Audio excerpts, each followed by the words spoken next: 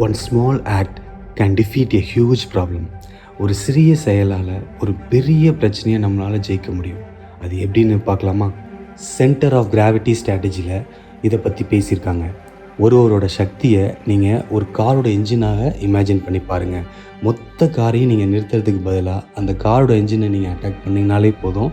ஏன்னா அந்த மொத்த காரும் அந்த என்ஜினால் தான் ஓடுது.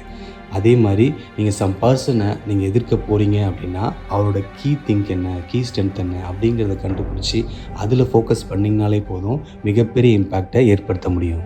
ரியல் டைம் எக்ஸாம்பிள் சொல்லணும் அப்படின்னா, கார்கில் வாரில் இந்தியன் ஆர்மி கண்மூடித்தனமாக தாக்காமல் எதிரியோட பங்கரை ஃபோக்கஸ் பண்ணி அதில் அட்டாக் பண்ணாங்க. இதனால் எதிரியை நிழற்குறைய வச்சாங்க. மாறலன்னா லைஃப்லையோ இல்லைனா ஒர்க் ப்ரெஷர்லையோ எதுவாக இருந்தாலும் முக்கியமான பிரச்சனையை கண்டறிந்து அதை தீர்க்க குறைஞ்ச முயற்சி எடுத்தாலும் மிகப்பெரிய வெற்றி கிடைக்கும்.